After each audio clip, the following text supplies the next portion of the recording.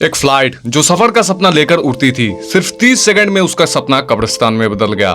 12 जून 2025 सुबह 6:27 में air India की फ्लाइट AI-171 ने अहमदाबाद एयरपोर्ट से लंदन गेटवे के लिए उड़ान भरी, मगर उस फ्लाइट ने अपनी मंजिल कभी नहीं देखी।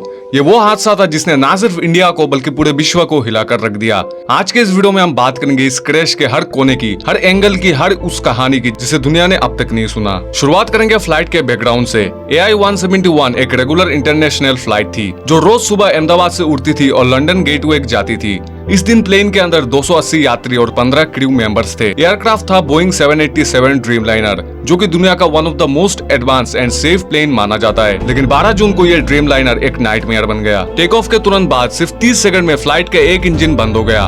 प्लेन ने हाइट गेन करना बंद कर दिया और फिर अचानक स्टेबलाइजर फेलियर हुआ। कंट्रोल रूम से रेडार सिग्नल्स गायब होने लगे और जब तक कोई कुछ समझता, प्लेन सीधा अहमदाबाद के एक मेडिकल कॉलेज हॉस्टल के ऊपर क्रैश कर गया। क्रैश साइट का सीन ऐसा था जैसे किसी मूवी का सबसे डरावना सीन हो। हॉस्टल के 3 फ्लोर्स तो पूरी तरह गिर चुके थे, आग लग चुकी थी, लोग चीख रहे थे। मेडिकल स्टूडेंट्स जो फाइनल ईयर में थे वो सो रहे थे हॉस्टल में, जिन्हें ना वार्निंग मिली ना कोई टाइम, सिर्फ मौत मिली। Rescue teams, fire brigade, NDRF police सब तुरंत पहुंची, मगर आग इतनी तीव्र थी कि कई लाशें पहचानने लायक नहीं रही। हर तरफ धुआं था, हर तरफ चीखे, हर तरफ खून और जलते हुए डॉक्यूमेंट्स, बैग्स, मोबाइल फोन्स, सब कुछ काला पड़ गया था। एक आई विटनेस जिसका नाम है रवि देसाई, इन्होंने कहा, मैं मॉर्निंग वॉक पे जा रहा था, मैंने एक जोर का ब्लास्ट सुना। मैंने जब उठ के देखा तो एक आग का गोला जैसा प्लेन को गिरते हुए देखा। मुझे अब तक विश्वास नहीं हो रहा कि मैं जिंदा हूँ। एक सर्वाइवर जिनका नाम विश्वास कुमार, जो सीट 11A पर बैठे थे, उनकी कहानी सुनकर आंखें नम हो जाती है। उन्होंने कहा, सब नॉर्मल लग रहा था, लेकिन अचानक एक जोर का झटका आया और सब कुछ अंधेरा हो गया।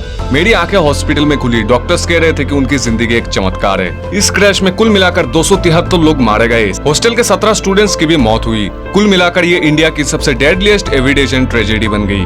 अब सवाल ये उठता है कि ये सब हुआ क्यों? तो जाए थोड़ा टेक्निकल, तो एक्सपर्ट्स कह रहे हैं कि प्लेन का दूसरा इंजन फेलियर हुआ, उसके बाद स्टेबलाइजर सिस्टम ने रेस्पॉन्स नहीं दिया।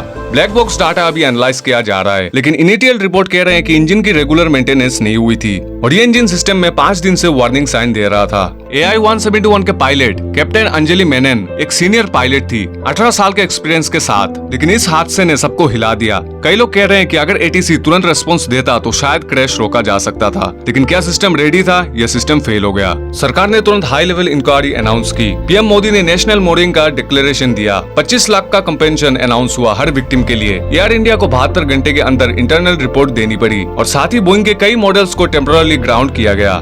इस क्रैश ने ऐसे ऐसे सवाल उठा दिए हैं जो एविएशन इंडस्ट्री को चुनौती दे रहे हैं। क्या हम अपनी सेफ्टी के साथ खेल रहे हैं? क्या जिनको हम अपनी जिंदगी सौंपते वो उसका ध्यान रख पा रहे हैं? एक्सपर्ट्स का कहना है कि AI बेस्ड इंजन मॉनिटरिंग अब बनानी चाहिए। फ्लाइट मेंटेनेंस को पेपर पर नहीं, रियल टाइम एक्शन में लेना चाहिए। सोशल मीडिया पर लोगों का गुस्सा फट पड़ा। #AI-171 crash, #justice for passengers trend होने लगा। लोगों ने सिस्टम पर सवाल उठाया। कहा गया कि एयर इंडिया के प्राइवेटाइजेशन के बाद फोकस प्रॉफिट पर ज्यादा हो गया, सेफ्टी पर कम। इसके अलावा कुछ कॉन्स्पिरेसी थ्योरीज भी आई। कई लोग कह रहे हैं कि ये engine made in China part से अपग्रेड किया गया था जो लो क्वालिटी थे, और कुछ लोगों ने कहा कि फ्लाइट हैक हो गया था और फ्लाइट सिस्टम को रिमोट से फेल किया गया। हालांकि इन बातों का अभी तक कोई ऑफिशियल सबूत नहीं मिला और दुनिया के नेताओं ने कंडोलेंसेस भेजा। King Charles, US president, Russia, UAE, Japan, सबने दुख व्यक्त किया। यूनाइटेड नेशंस ने भी कहा, this is a loss to humanity. नीवो वर्ल्ड की तरफ से हम ये वीडियो उन सब लोगों के नाम करते हैं जिन्होंने अपनी जिंदगी खो दी इस ट्रेजिक हादसे में। हम दुआ करते हैं कि उनके परिवार को शांति मिले और सिस्टम को सुधार मिले। अगर आपको लगता है कि ऐसी गलतियां दोबारा ना हो तो कमेंट्स में लिखो नेवर अगेन, और वीडियो को शेयर करो जितना हो सके,